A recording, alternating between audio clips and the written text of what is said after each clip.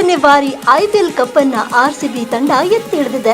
ಆ ಹಿನ್ನೆಲೆಯಲ್ಲಿ ಗದಗ ನಗರದಲ್ಲೂ ಆರ್ಸಿಬಿ ಅಭಿಮಾನಿಗಳ ಸೆಲೆಬ್ರೇಷನ್ ಭರ್ಜರಿಯಾಗಿತ್ತು. ತಳಗೇರಿ ಓಣಿಯಲ್ಲಿ ಮಹಿಳೆಯರು ಹಾಗೂ ಯುವತಿಯರು ಪಟಾಕಿ ಸಿಡಿಸಿ ಸಂಭ್ರಮಿಸಿದ್ರು. ಇತ್ತ ಮುಳುಗುಂದನಾಕಾದಲ್ಲಿ ಅಭಿಮಾನಿಗಳ ಸಂಭ್ರಮಾಚರಣೆ ಮುಗಿಲು ಮುಟ್ಟಿತ್ತು.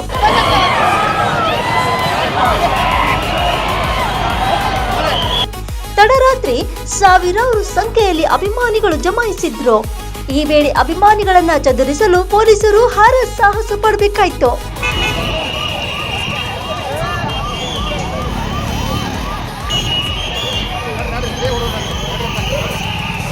ಚೆನ್ನಮ್ಮ ಸರ್ಕಲ್ನಲ್ಲಿ ಲಾಠಿ ಕೂಡ ಬೀಸಲಾಯಿತು.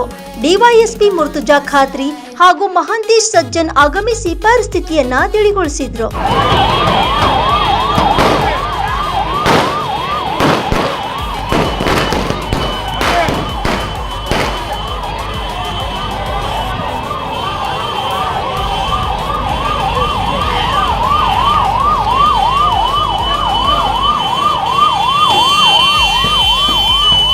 ಒಟ್ಟಾರೆಯಾಗಿ ಆರ್ಸಿಬಿ ಕಪ್ ಗೆದ್ರೆ ಗದಗದಲ್ಲಿ ಅಭಿಮಾನಿಗಳ ಸಂಭ್ರಮಾಚರಣೆ ಭರ್ಜರಿಯಾಗಿರುವುದಂತೂ ಸುಳ್ಳಲ್ಲ.